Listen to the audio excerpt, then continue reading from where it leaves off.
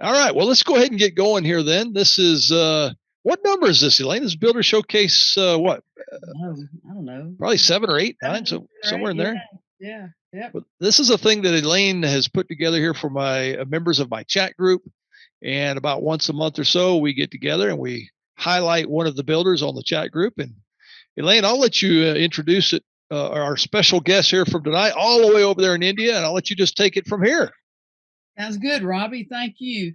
So I'm pretty excited. I'm sitting way up on some mountain in East Tennessee, and here we are talking about guitars with Karan Singh from in India.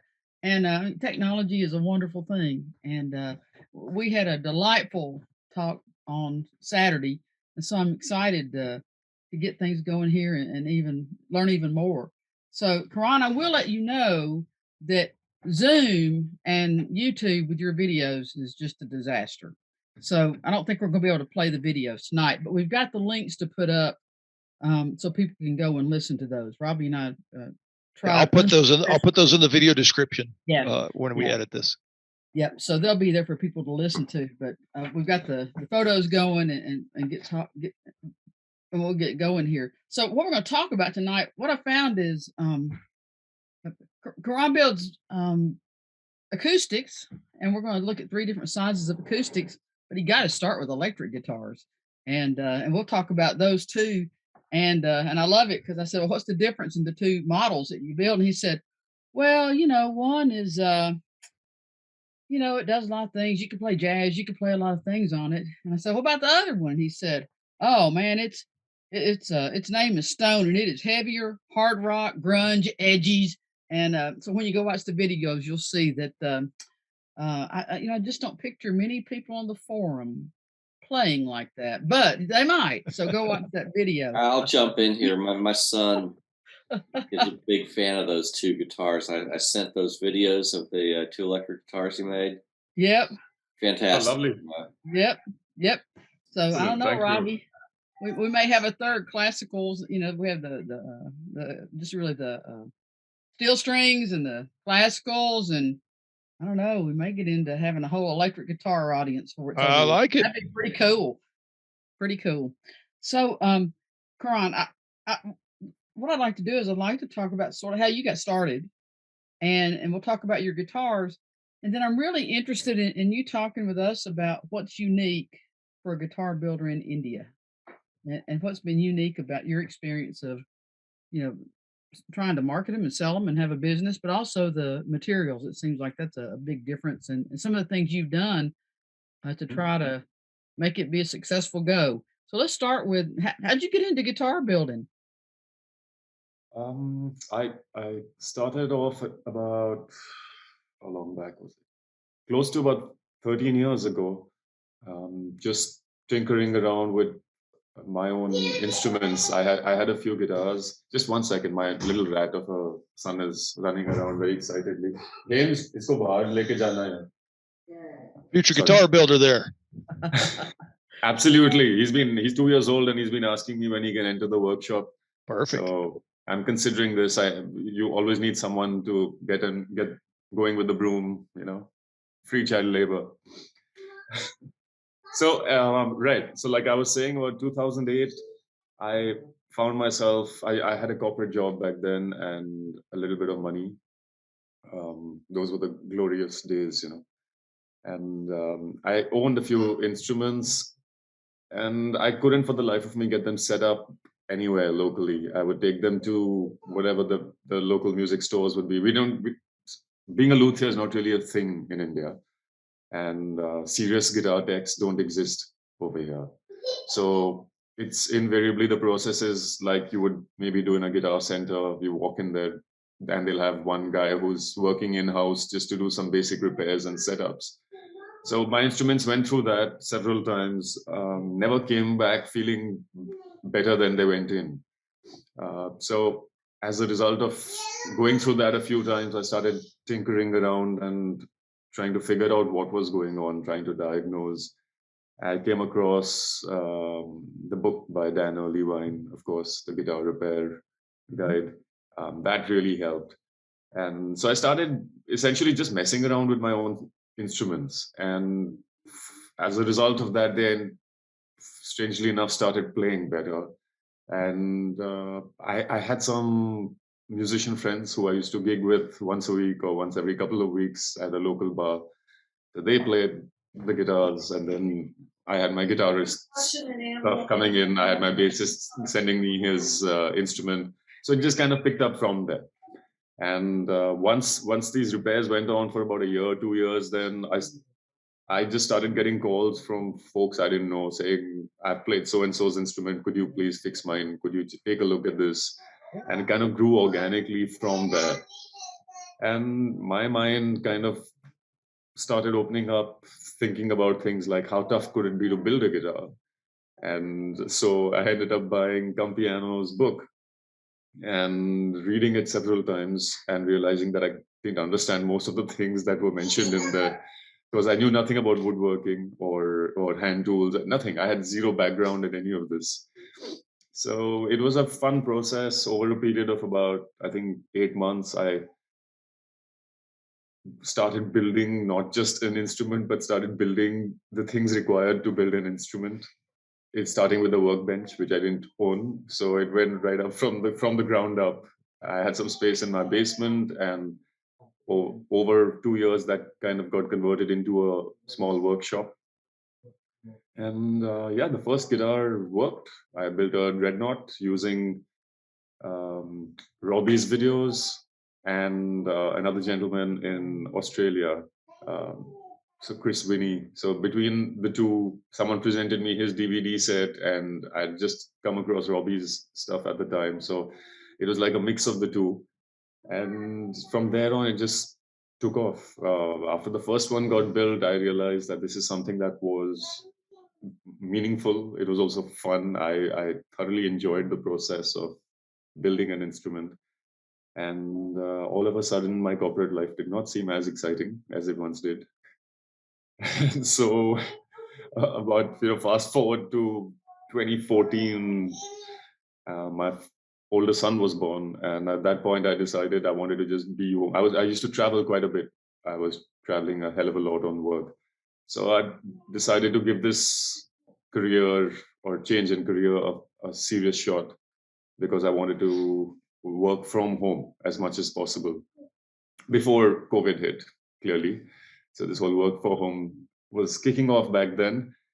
And that's pretty much what led me to start this off as a business. I thought, let me give it 5 years. I'll put in all my energy and I'll see how it goes. And if it doesn't work out, I can always go back to the corporate space. It's not going anywhere. And thankfully, I haven't had to do that so far. It's been about 8 years now. So it's is your Karan, is your business a mix of repair and new builds, or one or the other? Yes, so I don't personally take on a lot of repair work myself anymore. I have for several years, for about 8, 9 years. I used to, but I honestly don't have the time for it. I think it's a great thing to do simply because it just showed me exactly what the patterns were from manufacturer to manufacturer. So if I get a tailor in India in the month of August, I will always get a call from, well, not a call, several calls from tailor owners saying my bridge is lifting off. It just happens in the monsoon months over here. It's going to happen in India. I know it. I'm like, my bank balance depends on 3 or 4 of these repairs coming in every August, right? So it kind of opened things out for me. Even with Martins, they've got their own set of challenges. Nothing is perfect. And I think the repairs just helped me think through how I wanted the insides of my instrument to be, if nothing else.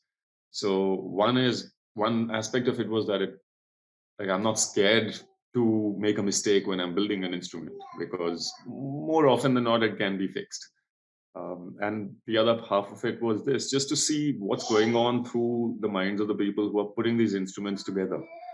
And so I think it's great to do it, because that same experience, if you only rely on building guitars, I mean, you could spend 10 years building guitars, you may make 50 or 60 of them. And if you do repairs, you can go through 50 guitars in a month or 2 months. So there's a lot of experience to be gained there. How many guitars do you build a year? I'm building about 12 to 13 a year. Holy cow, that's pretty good. Yeah. Yeah. Yep. It's nonstop. I mean, it's full-time work for me. So I do this. This is my sole source of income. So I try and stay busy with it. And So- I've got a quick question. The guitars that you make, are they mostly for the domestic market there in India, or do you export them? It's a mix of the two, Robbie. I started off completely selling, I mean, only domestically. The idea behind building these guitars was to give people in India access to a really high-end instrument. Right. Right? That was the dream when I kicked this business off. Now the challenge is that custom guitars as a market did not exist in India when I started off. So over the past decade, I've been not just building the guitars, but trying to create the market for it as well. Right. And over here, folks are extremely resistant to putting down money on something that is domestically made. It's an old school mindset, and it's gradually changing. It is better today than it was 5 years ago, but it's still very prevalent. It's folks will not have a problem with their uncles flying down from the US carrying a Les Paul, reissue from 1962 or whatever it is. That is not a problem. But if you tell them to put down a couple of $1,000s on an instrument that was built here with, a domestic warranty, anything goes wrong, okay, the builder, he's right here. They're a lot more hesitant. The thinking over here is if it's being made in India, it should it should be costing anywhere between $100 to $200. That's a lot of money for a good quality custom guitar, right? So a large part of what I've been doing has been also educating folks in terms of helping them understand why it costs money. And so therefore, going back to the beginning of what is a custom instrument, why would somebody come to me? Why are my guitars better than a Yamaha or any beginner grade $200 instrument, and explaining to them what laminate bodied instruments are, what are the processes that it goes through in a factory versus what we do as luthiers. So it's a lot of awareness work. It's helping them understand. And it's not that the folks here don't have the money. I think it's just knowing. I think the lack of knowledge needs to increase. Like in the West, the market for custom instruments is already established. It's not at a nascent stage. The average person, when you say custom, they understand what it means. They understand that it's going to be expensive, that it's going to be unique, it's going to be personalized. All of those things come together.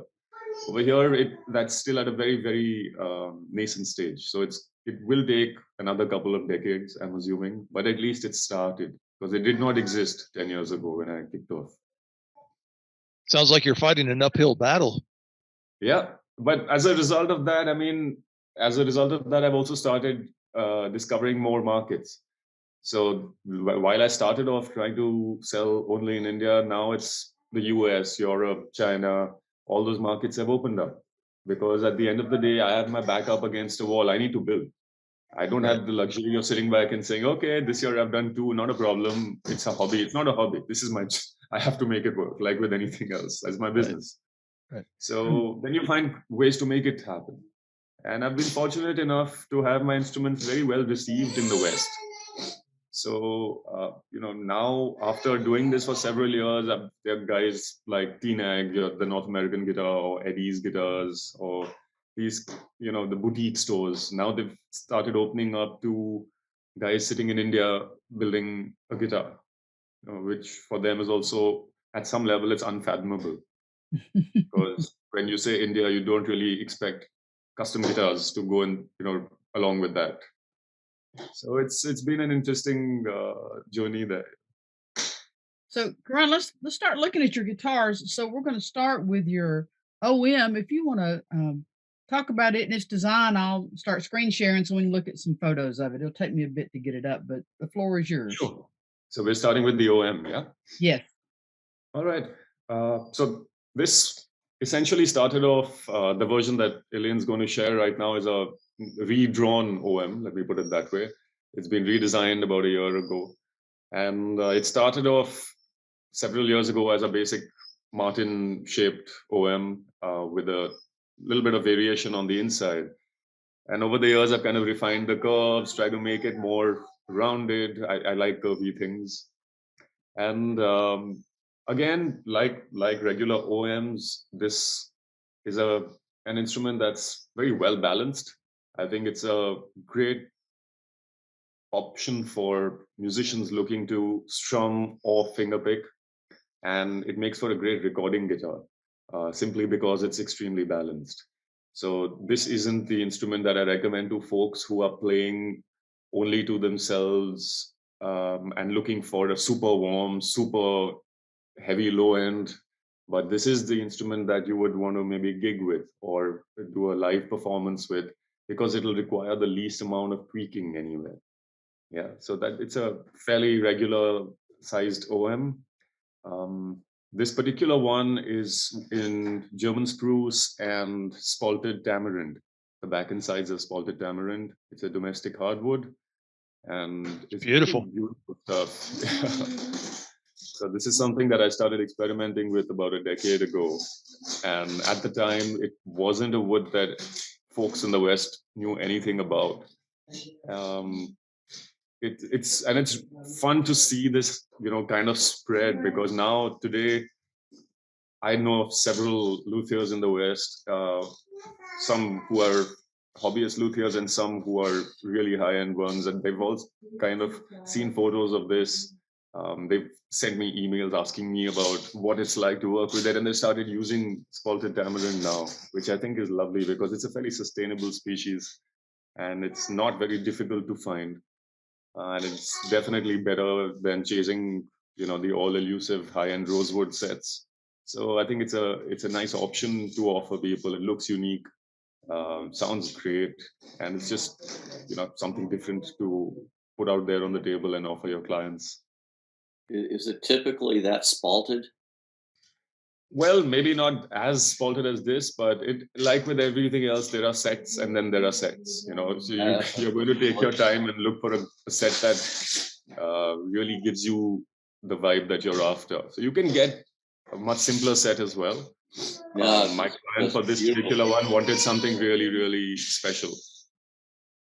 It looks three-dimensional, just the way the figuring is on the back. It looks like you've got bas relief going on that. It's just stunning. Mm-hmm. Yeah, it's I mean, it's just nature, right? What do you do when you see something like this? You have to make a guitar out of it. I mean, there's spalting, there's a color variation, and there's flame. All of them in the same back. So it's honestly, this isn't it. This is not the rarest stuff in the world to find. You can find sets like these. So it's nice to be able to access something like this without having to sell your firstborn. That's nice. Yeah. And on the tonewood scale, where do you position it? If you got rosewoods on one end and say mahogany's on another, where's that fall in your mind? Okay, so my perspective on this is slightly different. I think I mean, in terms of a tonal comparison, it's nothing like a rosewood. This has a slightly drier, slightly crisper sound.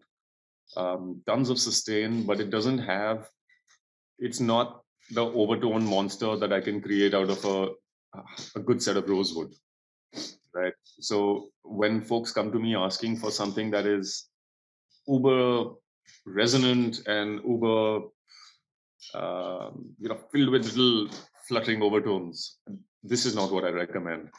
Someone comes to me playing for stuff like, let's say, gypsy jazz, for example. We're playing a lot of fast notes in succession. This is a great option. Yeah. If you're strumming, this is also fine.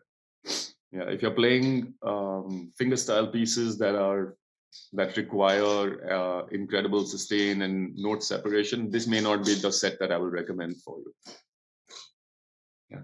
Having said that, I think my take on it is, on woods in general, is not, I don't have like a top 5 tone wood list or anything like that. I work with wood. I find a piece of wood. If I find it's got some basic qualities that I'm looking for between stiffness, density, and aesthetics, I will work with it and I will make it work for an instrument.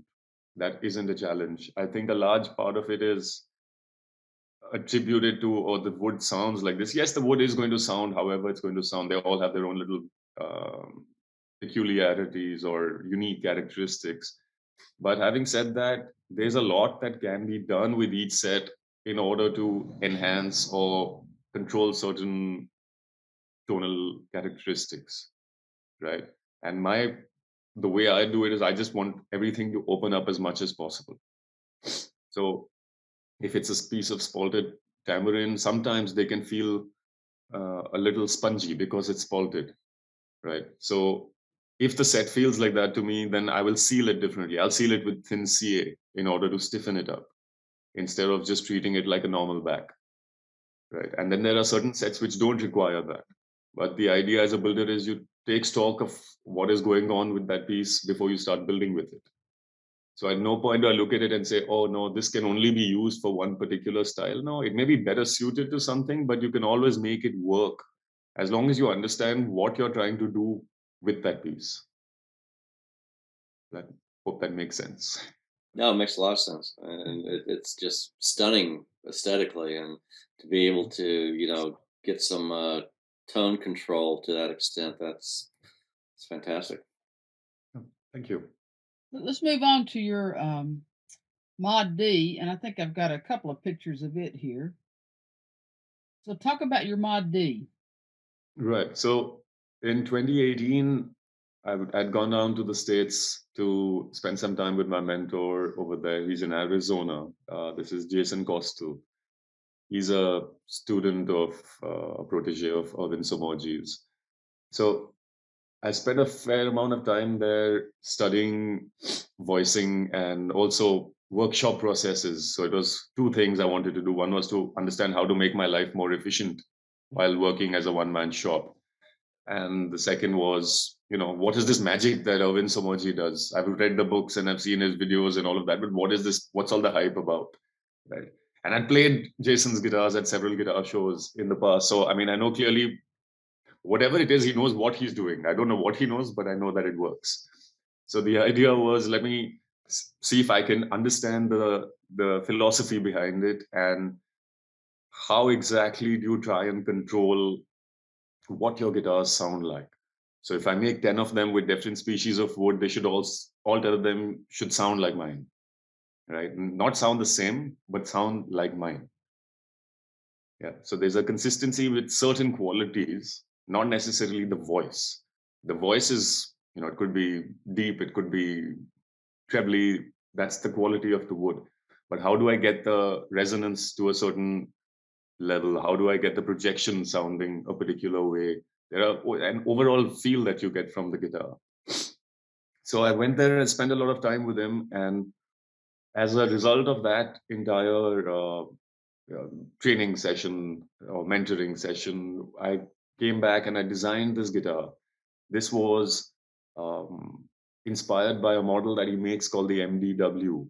It's a small body dreadnought. When I say small, it's just scaled down to a similar length as an OM, right? And the idea was to make a dread that's a shape and size that's comfortable to play while seated, which is how most of my clients play their guitars. I have very few clients who stand up and put a strap on and then jump around on stage with their guitar. At which point it doesn't matter if it's big or small, they're all going to be all right once you're standing. Playing a full-size dreadnought while seated is, in my opinion, not the most comfortable thing in the world. So I wanted to kind of just shrink it down a bit, voice it in a way where it would be, this was voiced essentially only for the fingerstyle player. So while you can strum on it, I think that's not what I had in mind when I designed it. The internals have been completely redesigned. It has a 12 fret neck to body joint, so the bridge comes down. Something that I personally really like on guitars. I think all guitars should have it, but unfortunately, I'm not the guy playing my guitars. So I leave it to the clients to decide.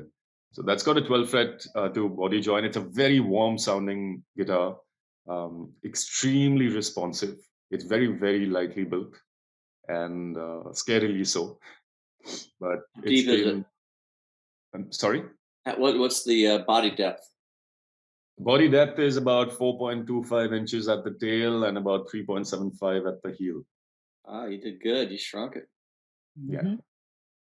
And just shrunk it in terms of depth, shrunk it in terms of overall size, length. Like I told you, the length is almost identical to my OM. I think that's a sweet spot for me.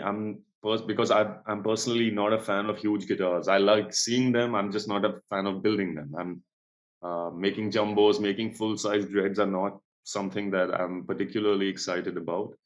I like, in an ideal world for me, this would be the biggest model I would make, and then everything would go smaller than this, right down to a parlor-sized instrument. I really love the small-bodied guitars. Yeah. Ronald, what So is your neck material? this is a domestic hardwood. It's called bullet wood.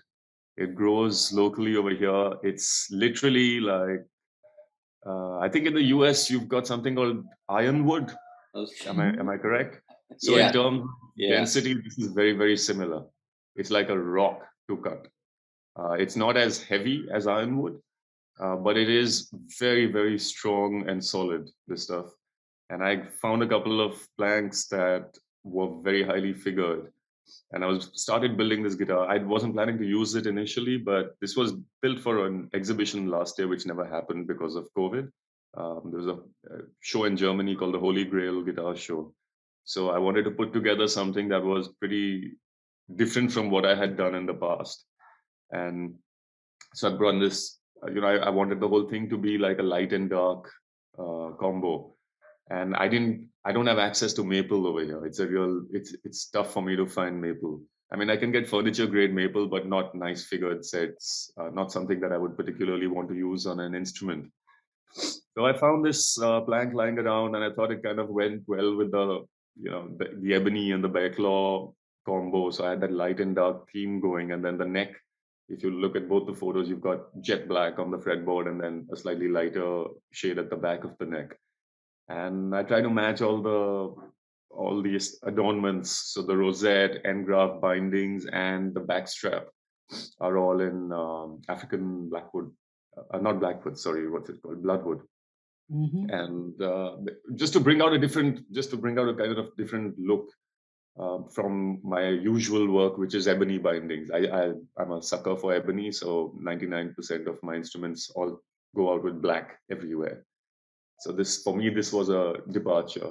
Even the back center strip, this was just completely new. Uh, so I was playing around with it. I didn't have a fixed design in mind when I started creating that center strip. I was just sitting there looking at the piece and saying, what shall we do with you? I don't want to put a vertical strip running down the back. So what else can we do? And so I started playing around, and that's where we ended up. It's gorgeous. So the back and sides are ebony on this guitar then. Yeah, that's actually flamed ebony. You can't see the flame because of the photography, the angles, because of the reflection and the gloss finish. But the entire back is actually flamed. So Oh, it was a wow. really beautiful set of ebony that I'd gotten hold of. And so I thought this through for a while because this was supposed to be the last Holy Grail show happening in Berlin. They were closing the show after this. So I said, okay, let's make it special. And then the show got cancelled. Yeah. Wow, this is a beautiful guitar. So do you use a lot of bear claw? Because there are Yes. people who believe bear claw is unpredictable because of the bear claw and won't use it, but you use a lot of it? I love using it. I really enjoy using tops made with bear claw.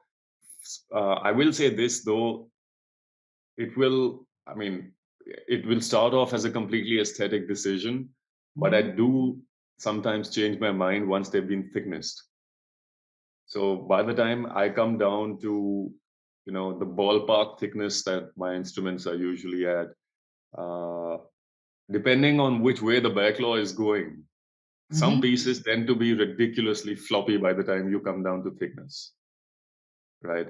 And some pieces, the ones that I prefer working with, they are still extremely stiff. And I'm talking really thin tops. So my tops would be somewhere in the ballpark of about 2 millimeters. Oh, wow. Yeah. Well, you're skirting But the that's, edge there. yeah, but they're very well reinforced. Again, it's it's not the top in isolation. It's the top combined with everything else you're doing with that with the soundboard and the rims. So as long as there's a thought out reinforcement structure on the inside in the form of your bracing and the patches and whatever else you decide to glue on, even something that is less than 2 millimeters can be made fairly rigid. But yeah, I mean, it is pushing it to its limit. The first few times it is scary because you have no clue whether that's going to hold up once the strings go on, but it holds up. It's all right. You just have to plan it out a little bit, right? And you can't take it down to 1.8 or 2 millimeters and then brace it like a regular Martin, just the way you've been doing all your other tops. That is not going to end well. It may be fine for 6 months or a year, but it is going to cave in at some point. So just think through the steps and it can be done. Yeah. Anyway, so like I was saying, when I work with some of these backlot tops, I really want the ones that retain their stiffness. Can I work with a floppy top? Yes, I can. Do I? But I prefer not to. So if I come across these tops after they've been thickness, I just put them aside and I'll use them with a student when a student comes in to build a guitar. So they don't go waste. I don't have the luxury of throwing this stuff away. But yeah, I mean, if it's a question of making the best guitar I can make versus something that's, in my opinion, a notch lower, then I'm going to save that notch lower for a student build because they'll still go back very happy with it. And I'll give them a free upgrade to a backlot top. I'll be like, here you go. You can use this. This is absolutely fine. So everybody wins. Yeah. But at the end of the day, I think the requirements are the same. Whether it's backlaw, whether it's German, whether it's Adirondack, it doesn't matter. I'm still looking for the same or a similar stiffness at the end of the day. So if a top gives me that, I will work with it, whether it's Indian fir or pine or whatever it is. Find me something that's tight grained, put together, retains its stiffness. I'll work with it. So it sounds like you focus a lot on stiffness in your Yes. top. Yes. I want it to be stiff enough to take down to a fairly, to a fairly thin overall thickness at the end. If that stiffness doesn't stay, then it's not that it can't be used. It's just that I will keep that top a lot thicker than I otherwise would, which I want to avoid. Not for any other reason, but it produces a guitar that is extremely responsive, right? It's not that the quality of wood is bad. It's just that it's not the sound that I am after when I'm trying to build a guitar. You can totally use the tops. So if it's a little bit floppy at 2.5, 2.6, or 2.7 millimeters, it's absolutely usable. Just not for what I'm trying to achieve. I hear you. Yeah. So how many guitars, how long did it take you to develop your sense of the right stiffness and tonal qualities? How long did it take you to develop that sense? I'm still trying. I'm building, I think, guitars number 75 through 78 right now in the acoustic line. So the electrics are separate, but from the acoustic side of things, about 75 guitars done. But yeah, it's true. I am still figuring it out. And I don't think that's going to change, to be honest. I'm always figuring it out. Even now, even though my processes have a logic to them, the actual discovery that takes place with every instrument gets repeated.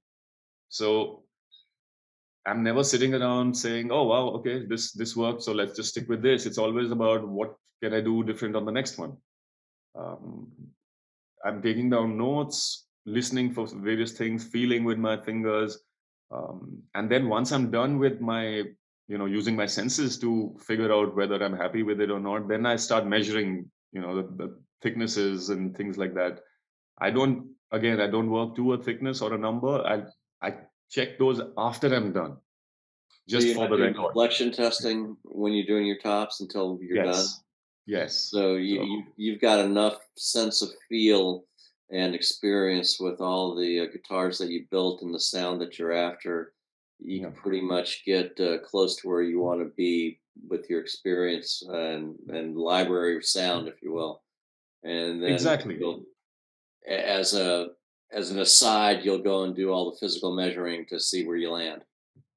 Yes, I do the physical measuring more to collect data, so that hopefully at some point down the line, I will be able to, have enough data to derive patterns or identify patterns over there. But it's the number again, like I said, it's unimportant to me. It's just simply there as a data source. That's it.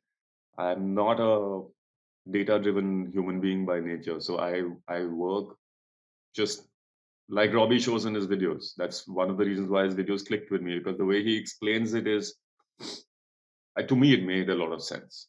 I would imagine if I was a super numbers driven guy, it may be more complicated to comprehend him doing the sheet metal sound and doing all of, moving the top around. It's not a technique that I use, but I completely get it. And I think it's extremely useful. It's easier for a person to pick that up and figure out whether it sounds like sheet metal than it is to say, all right, is this frequency tuned to a certain note? Is this happening? Is this deflection showing you exactly an X amount of, there's an X amount of deflection when I put a 1 kilo weight on the top. Those are also important, but not really, none of it is necessary. The idea is you find a method, find a process that works for you, that helps you get from point A to point B. Now, what that method is honestly doesn't matter at the end of the day.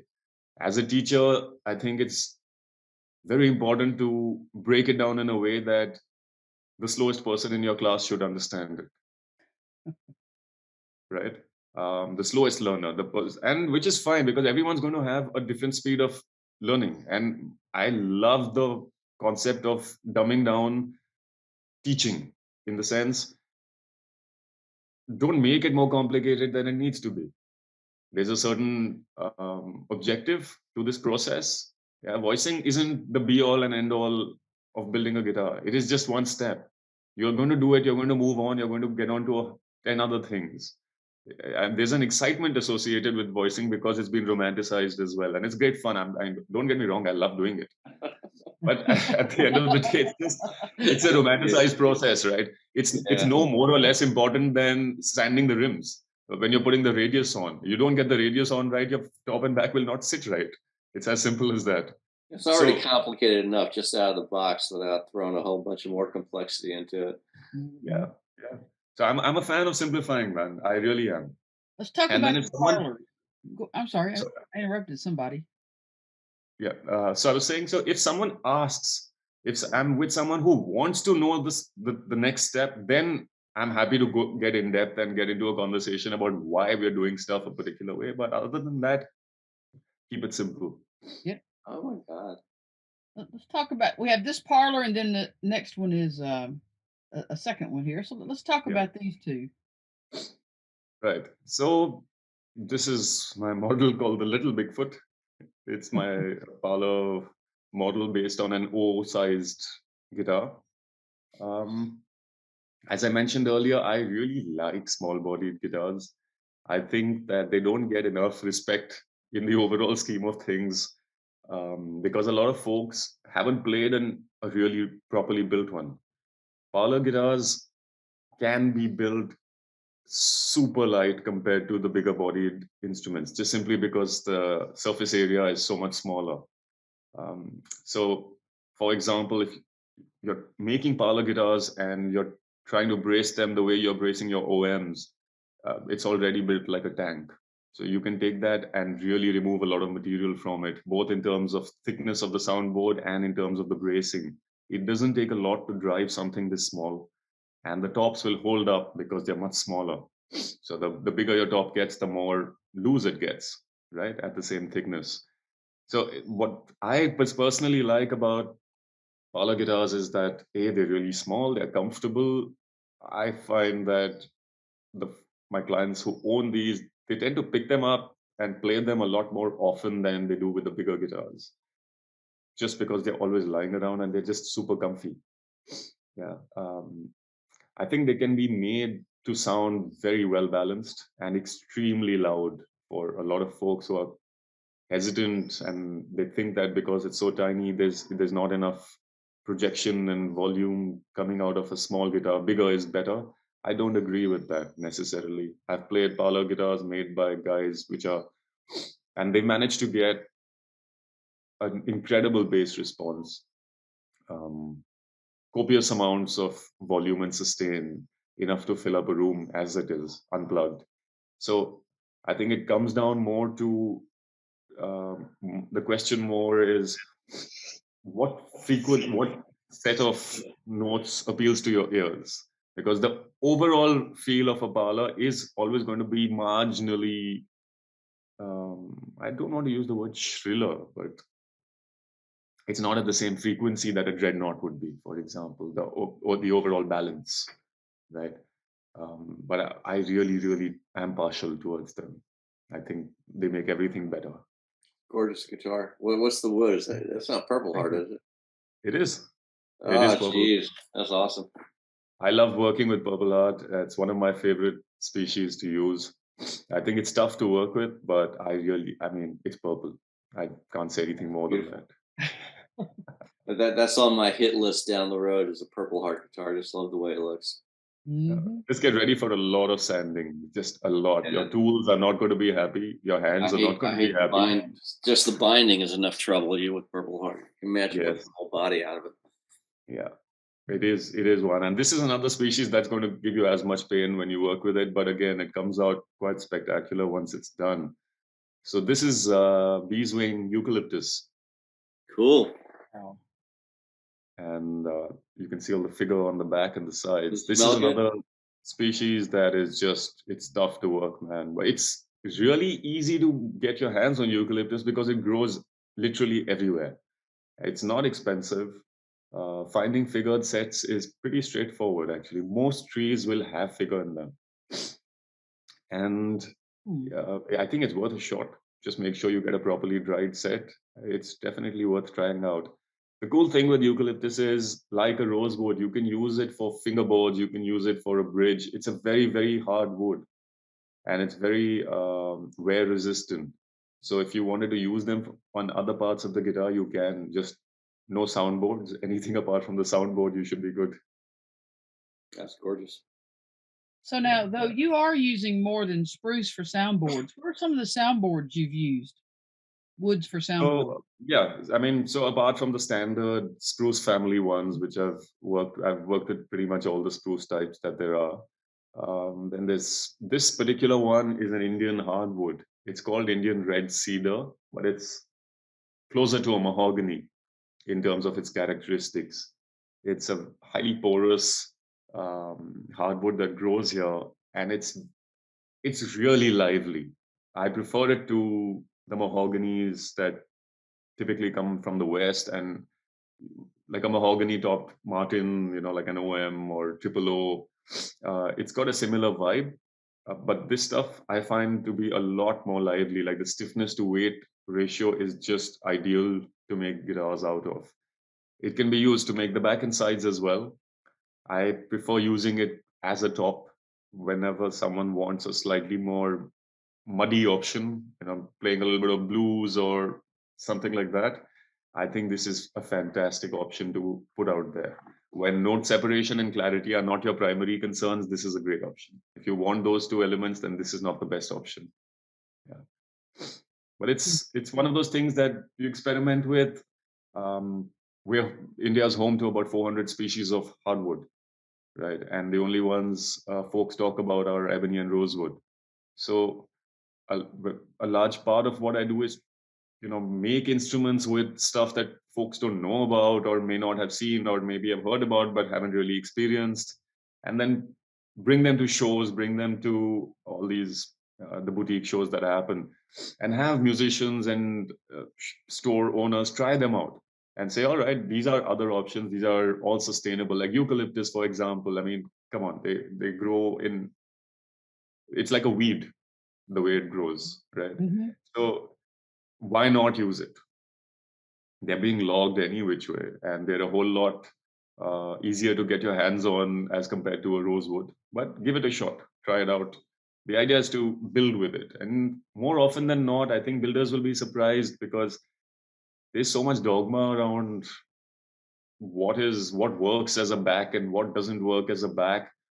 And whenever I get drawn into a discussion about this, instead of trying to argue it out. My answer is usually very straightforward, and with no offense to this company, but I say if Ovation can make a guitar out of plastic and sell it to you, and you can use it on stage, then frankly, you could use any wood and make it work, as long as you know how to construct, right? So I stick with that. I genuinely believe it. I haven't built a guitar out of a non-traditional species of wood that I haven't liked. And I've worked with several over here. I mean, I've worked with things like jackfruit. Do you guys know what jackfruit is? No. No. Yeah, it's this massive fruit it's literally about 20 kilos. It's got little spikes sticking out of it. It looks like a durian, if you know durian, this fruit that comes from the east. Anyway, I'll send you some pictures maybe on the forum. Jackfruit, mango, tamarind, mulberry. You could literally use anything. Well seasoned, good stiffness to weight ratio, looks beautiful, resistant to termites and things like that. I mean, go for it. It'll work. It'll surprise you. Let's move on to your electric guitars. And Sure. and so what I have are some photos of 3 different guitars. We've got let me see if I can get my pen to work here. It might not. Yeah, this one we'll look at in depth. Then this one we'll look at in depth, and then we'll close by checking out this guy right here. So let's Okay. start. I think that's the order. Yeah, here we go. So I have this set of photos. Yeah. So talk to us about this electric guitar. All right. So this is, I mean, both these models were launched earlier this year. This particular one is called Dune, right? Because it was inspired by, well, dunes, sand dunes. I think my thought process behind this particular one was to create a guitar that I think at the onset, the first look from a distance feels familiar. As you get closer to the guitar, you start seeing elements which are pretty far removed from what exists on most guitars, right? That's from the aesthetic side of things. Functionally, I wanted it to be super lightweight and ergonomic. When I say ergonomic, I mean, yes, it's a term that gets thrown around very easily, but I just essentially made a whole bunch of body blanks out of flat slabs of wood, and I was keep putting them up against my midsection, getting into playing position, and thinking about what happens when a guitar is actually, pressed up against me. And so, if you notice the back on this particular guitar, the whole back is scalloped. It's completely scooped out, right? And as it looks like a design element, but it's essentially there for what we call in India a sign of prosperity, right? Which is the belly of the average middle-aged man, right? As you play, there's a little, it's I'm not going to call it fat. I just call it prosperity. So it fits in really comfortably against your midsection when it's against your body. It also flows, which is something that I like about it. It helps to also relieve a lot of excess weight, because when you're playing around with a 2-inch thick slab of wood, it's easy to build something, in my opinion, it's easy to build something like a Les Paul. I think it's tough to have that look elegant, look unique, and not look like a replica, but at the same time be light without being chambered on the inside. I mean, yes, you can drill out a whole bunch of holes and put a drop top. The way this particular instrument is designed, I can't put a drop top on it because the entire top is completely domed, the entire back is scalloped. There's just no way I can do this with 2 pieces of wood. So one of the fun challenges for me was sourcing 2-inch thick slabs of figured wood like this, and then putting that together and creating something that would weigh approximately, I think I'm trying to calculate this in pounds. It's about 3.25 kilos, That's impressive. right? Yeah. With the hardware, electronics, everything on, that's Really, 3.25 of course. kilos, That's 7 pounds. right? Yeah. Which, to But my understanding, is lighter than a Tele or a Strat, even. Mm-hmm. my, my first impression when I saw that guitar for the first time, you showed it on the forum and I went to your videos. That's the first electric guitar body I've seen that I think is really attractive and a unique departure from everything else. You know, everything's either Strats or Les Pauls or Tellys or something, some Thank you variant very of much. those. And that one, Very kind of you. you really nailed it in terms of design. I mean, that's a fresh look for, you know, something is hard to get fresh. And, you know, my hat's off to you on that one. Yeah, thank you, man. This took its time. Took the better part of what 3.5 years to put this together as a design. And I think when I decided to design the electric models, I consciously stood away from taking printouts of existing models, even for size comparisons. I said, let me just shut it out of my life for a while, and let me just draw, and we'll see where we go from there. So this was the first one. This is a perfect representation of my life. It's just, this is how I make my life difficult, right? When you look at the shapes and the contours involved on something like this, it's like shooting yourself in the foot on a daily basis. So it's a lot of pain that I inflict upon myself, but at the same time, once it's ready, then it's always a happy moment. It's like, look at that! Gorgeous. Wow, I'm proud of that. So it's a balancing act.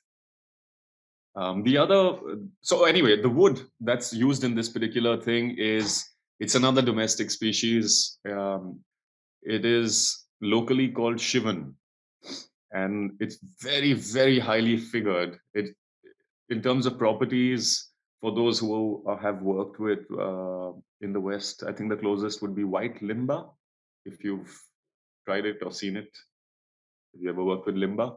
No. So it's lightweight. This particular wood is very lightweight. It is beautifully resonant. I even make acoustics out of it. And it looks like maple almost. It's a very light colored wood. It's whitish yellow, and so it takes various stains beautifully. Can be used to do all kinds of stuff. So I use this. It's available in plenty where I stay. So I use it for everything from guitars. I mean, electric guitars, acoustic guitars. I make tool handles out of it just because there's figured wood available for next to nothing That's in terms gorgeous. of So purchase. where would you get something like this? If I want to go out and get a set of this material, You would not be able to find this. This is not yet being exported anywhere. To the best of my knowledge, it's never been used on an instrument before I put it up there. That's beautiful. It's a new Let's move to your species. next one. So Yeah. we have this image and this image here. All right. Mhm. So tell this us- is jackfruit. Okay. So jackfruit has been used in India for musical instruments in the past, for a couple of Indian classical instruments, and even percussion instruments. So they make the body of the Indian drums with jackfruit, and then they put the skin on the sides and beat it with their hands. It's a heavy wood. It is, again, really pretty, and you'll get a variation of colors from the yellow family going into brown. So there's a lot of mustard, a lot of orange streaks running down the wood. It's really, really solid stuff. Very stable wood and extremely resonant as well. I made 3 or 4 acoustics as well out of jackfruit. Highly recommend it. I'm probably happier using a set of jackfruit than I am working with rosewood for an acoustic guitar. Interesting.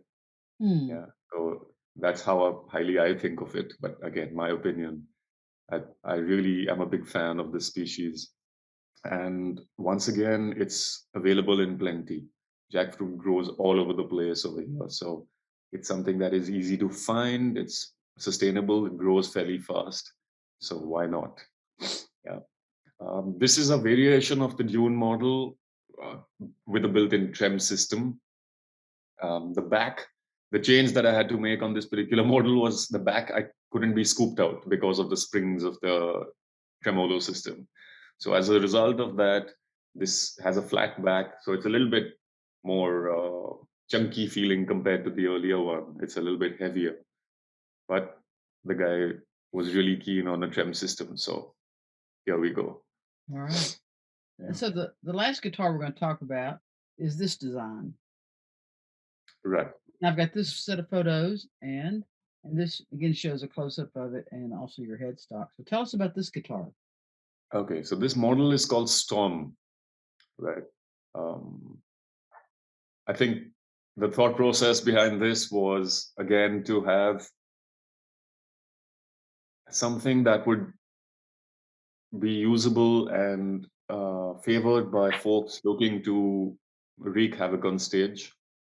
Yeah, so the idea was to have this targeted to musicians who wanted to play slightly heavier music and really use it as a hard rock weapon of mass destruction. Yeah, I think that's what was going through my mind when I designed it.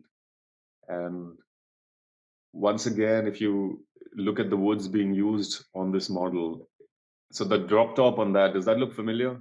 You saw it. You've already seen this wood in one of the earlier photos, but any guesses on this?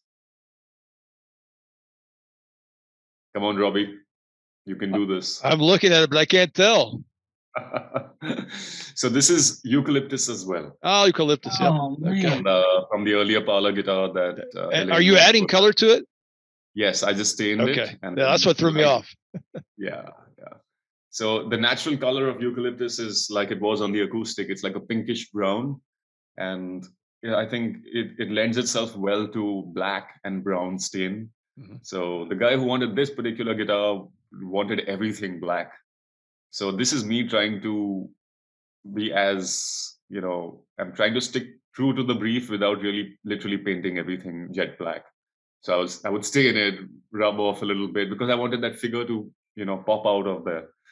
So that's what this is. It's a mahogany body with a drop top made of eucalyptus and a mahogany neck, hip shot hardware, EVO gold fret wire, bare knuckle pickups, which they very kindly customized with my logo on them. So I was very excited about that.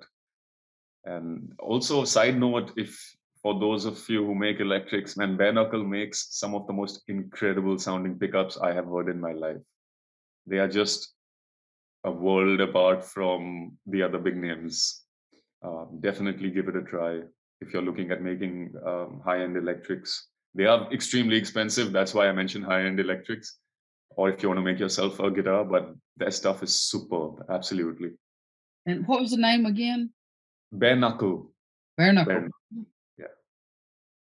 So they're made in the UK and they're just superb. And you can write into them. They'll guide you along the way if you tell them what kind of sound you're looking for, and they'll send you samples and they go out of their way to do a good job. I love working with them, but they are expensive. Yeah. Well worth it.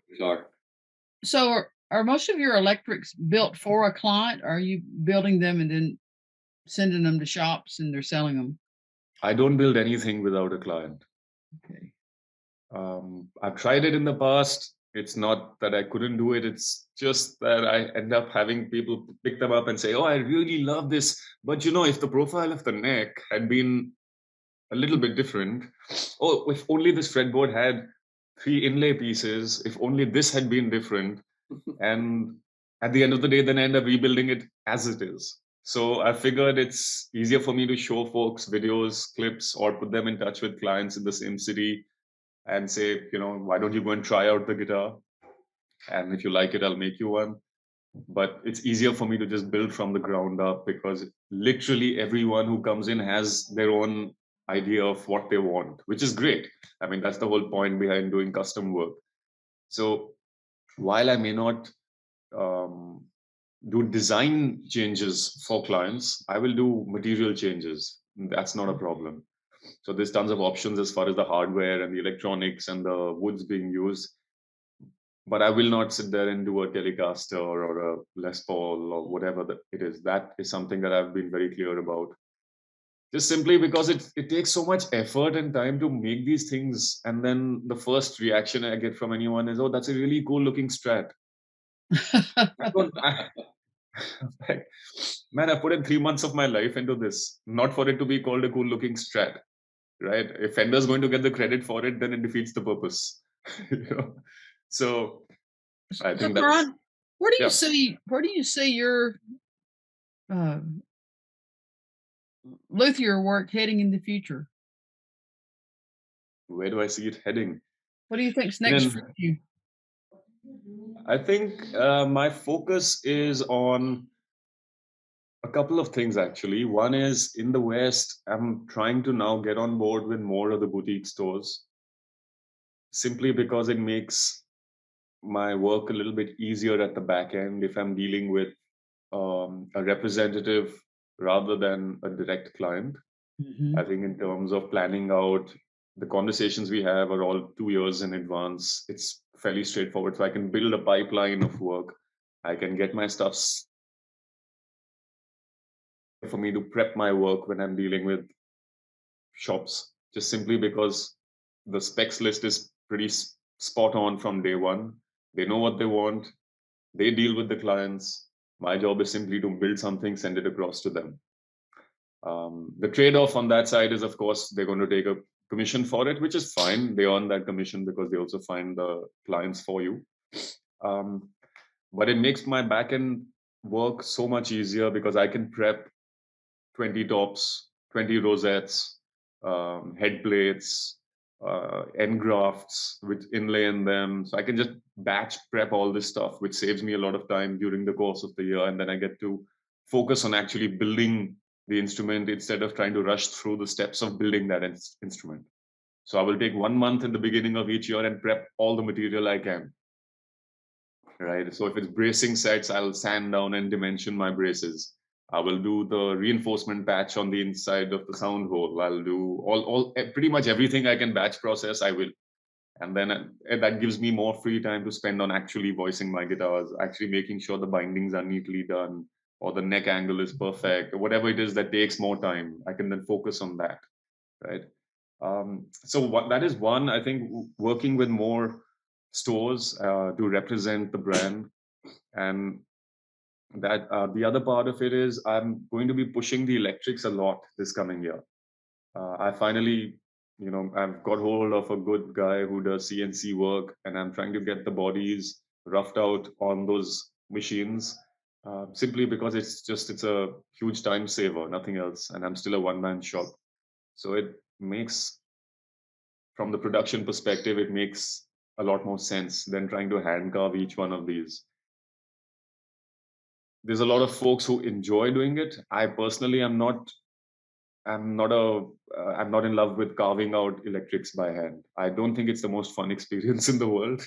Right? I don't mind spending time on an acoustic, going through the steps.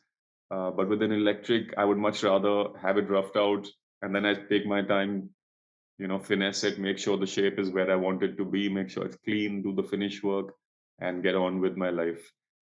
But I'm planning to push these pretty seriously in the coming year. And so that's one part of it. Another thing I'm working on is I'm considering doing like a budget range for the Indian market, right? Just largely because of the hesitance of folks here to put down large chunks of money on a custom instrument.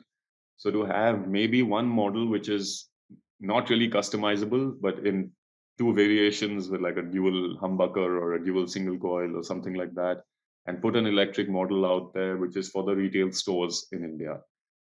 That will again be largely CNC driven so that my cost comes down. And it'll be a fairly simple shape. It'll be a simple electronic setup, nothing fancy, but just something to get folks across the country aware of the brand. So it's more from that perspective. So it's a lot of steps being taken more for, I think, when you say what's my plan, I think it's more of spreading awareness of the brand and then using the retail outlets to try and market it. Because through Facebook, through Instagram, I have a lot of work, but it's still at the end of the day, not even 0.5% of the human population that's online and that's hanging out on Facebook. So if I can use different mediums and different channels to try and reach out to a broader audience, I think they do the marketing work for you if your product works for them. Yeah. Well, that And I would brings up much, a yeah. question though. Where do you hit your limit of time? I mean, you've got that's you turn out really high quality work, and even if you try to get your efficiencies and production processes down to a point to where you're churning out more guitars. At some point, you Mhm. hit a time wall. How does that figure into it? Honestly, I don't know yet. When I hit that time wall, I will find a way around it. I'm never going to go into mass production. As in the sense, I'm not looking to do a Santa Cruz or a Loudon kind of business model where I've got 30 people working for me and I'm pumping out 400 guitars or 600 guitars a year. That's not the idea. But I do know that compared to what I'm doing right now, I mean, yeah, sure, I may need one person or maximum maybe two people who I can hire and upskill as and when needed. But I want to be sure about who I'm getting in, when I'm getting them in. And to do that, I need to first try and create a demand in the market for a product. So what that means is that this year is going to involve a lot of prototyping, get 2 or 3 pieces of a particular model made, put them out there in the retail stores, just take them to the owners of the stores and say, this is what I'm planning to make, pre-order it. Yeah. Right. Once I get a set of pre-orders in, then it helps me again, like I said earlier, everything comes back to building a pipeline. Right. If I'm sitting around on my backside waiting for an order to come in, that doesn't really help me because I'm being reactive to whatever the market wants. Right. Which is okay because that's going to happen anyway. Whenever someone needs to contact me, they'll contact me as it is. The idea is what can I do proactively to try and enter a market segment that I need to get into. The retail stores don't need me. Right. But I need them at this point. Right. So it's not, yeah. Go ahead. Excuse me. So I want to try to wind us up here. We try to go about an hour. And Gil, do you have any questions? You've been great to listen in. What are you thinking? You got any questions? I'm just kind of absorbing all this. I have finished my first dreadnought, waiting on it to buff out. It's got another week or two to do that. So just enjoying listening to everybody's, trying to help me kind of, guide through this. Really, I built a Stratocaster, and I'm also have Robbie's course, online course, which I followed. Yeah. And I've gone to see Greg Maxwell and have stayed a few days with him to learn a few things, and been a long time woodworker and built furniture for many, many years. And so I'm kind of semi-retired now, and this is hopefully going to be my encore career, just kind of piddling around building guitars. So. Oh, Robbie, he's got the bug. I can tell. I can see it in his eyes. Another one bites the dust. Thank you for joining us tonight. I'm going to tell her, Elaine, I'm also from Tennessee. I've got this southern accent. I live in Cleveland, Tennessee, near Chattanooga. Oh, yeah, I live up in Cosby above Gatlinburg. Okay. So, you're not too far away. Sometime you can come to Gatlinburg, come see me. I'm just right north of there. Well, we're going to Robbie. I had emailed you. We're coming to ski in Copper Mountain in January the 15th, and you said get in touch with you early. I have to email you again, maybe possibly come by for half a day or an hour or two to visit. I would enjoy that. I have a hockey tournament in Fort Collins every year around that time, but contact me as the time gets closer, and we'll see if we can hook up. I will. I just wanted to thank you for joining us. We usually have a few more pretty faithful people that join us, but they may have had Christmas activities or something else tonight. But please join us. Yep. So I have one really important question. It's the most important question of all, and I've saved it for last. I let everybody else have a shot. Thank you, Elaine, but I'm married. No, that's not it. I already tried that. It didn't work. I've learned. No, the real important question is, where'd you come up with the name Bigfoot Guitars? That's the question right there. So I've had a fascination with all sorts of mythology and, urban legends ever since I was really young. Straight out of college, my first actual job was in the line of adventure tourism in Nepal. So I spent a lot of time taking groups into Tibet and around the Everest region. And, there's a lot of folklore there and talk of the Yeti, which is essentially, it's the same story as Bigfoot. Yep. So it just kind of got into my system over there, I think. And for whatever reason, in my angst-filled brain in, back when I was 19 or 20 years old, I felt a strong connection with the creature. And that's where I think Bigfoot just entered my head. Like I was trying to figure out names for my brand. I remember this about a decade ago. And I kept, folks would keep telling me that, why do you need a name for a brand? You've got your own name, just use that. And it just didn't seem to click in my head. I wanted to create something that was different from who I was, and that had the potential to be bigger than I could be as an individual. Mm-hmm.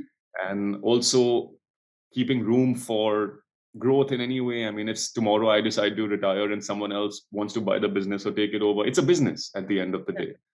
And I was trying to look at it like that, while keeping it fun, so I didn't want it to be overtly serious and be like, oh, Karan Singh guitars, so those friends who are close to me, they know my association with Bigfoot, and it helps that I also have big feet. So it was like, a mix of the two, and that's pretty much where it came about from. And the name kind of stuck. Now I've got folks calling me, be like, "Is this Mr. Bigfoot?" And I'm like, "Yes, this is Mr. Bigfoot. How can I help you?" Well, does anybody else have any questions? Thanks for taking time to do this. Yes. Thanks for getting up Yes, so appreciate it. early. Yeah. It's what, like Right. 6, 7 o'clock in the morning there. So thank you so much for doing this. This has been fascinating. I could go on for another hour easily, but this has been fascinating. Thank you so much. I'd be very happy to. Yeah, thank you guys for having me. It's so good to see in person and see your faces. Yep. Considering we've been doing forum chats for a decade now, I think. Yeah. So thank you for having me, man. It's been an absolute pleasure. And I hope you guys have a wonderful holiday season. Thank you. And You too. Thank you. You really brought us a different perspective, because you're making a business out of this where there is no business for this, and you're using different woods. And so you truly have brought just a whole different aspect to what we usually talk about. I really appreciate it. Thank you so much. My pleasure, man. Like I told you earlier, I love shooting myself in the foot. So if it's easy, I'll usually run in the other direction. It's something really easy. Feet to aim for, right? We can rest later. Right now, we need to build. All right. Thank you. All right, Awesome. Robbie. I think I'm done. Everybody done? Yeah, I think so. Thank you so much, and we'll see everybody on the forum. I'll get this edited and put it out, and everybody can watch the rerun or if they want to. Super. Okay, thank you. All the best, guys. Good night. Thank Good you. morning. Bye-bye. Bye.